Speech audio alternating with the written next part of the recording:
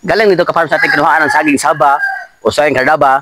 Lakad tayo ka-farm patungo sa kabilang saging natin kukunin din. Yung saging na sabi na bulungan or sa Libagyo. So bago tayo makarating sa isang saging ka-farm, dadaan na tayo dito sa mga miraculous fruit namin. Ayan o, aming miraculous fruit. Ito ka-farm o, medyo matanda na daw, pwede itong harvestin.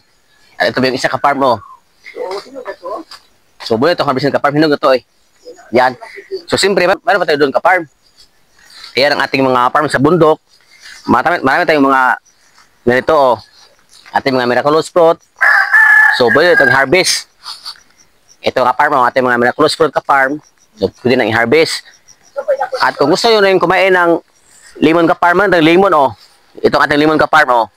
Ating lemon na panglagay sa tubig para inumin, para mawala yung mga ating mga toxic sa katawan, mga buo-buo o sipon. Ayan ka-farm.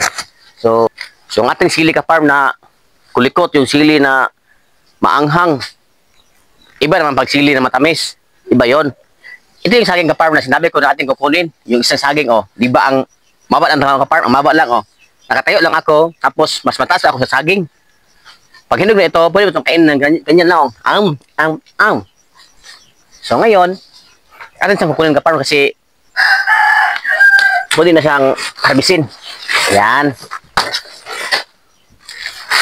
Siyempre ka-farm, ang kanyang mga dahon na laya, mga dahon na matanda, ay pang-abono rin ito ka-farm. Organic abono sa mga ibang tanim natin. Ayan. Hindi na ito siyangin ka-farm kasi abono rin ito. Sa ating tanim na sili, abono o, ang tanim mo silang ating sili ka-farm mo. Ang daming bunga. So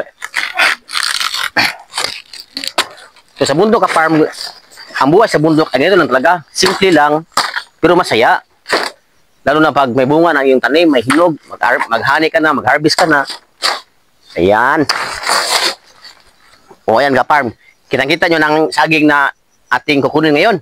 Sinong gustong kumain ito ka-farm, ay pwede na kayo magtanim ngayon para makakain kayo bukas. So ito na ka-farm, atin itong kukunin.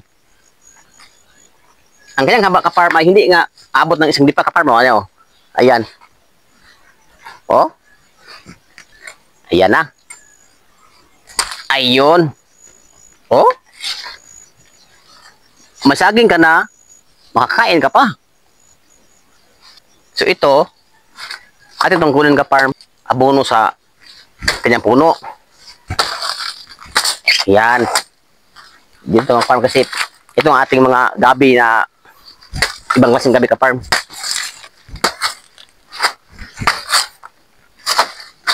So, abono dyan.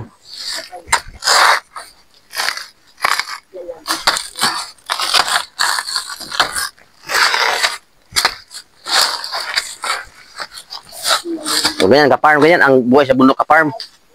Wala kang sasangin na mga iba't ibang dahon niya, iba't ibang mga kuhan kasi halos lahat yan ng ka-farm. Abono yan lahat.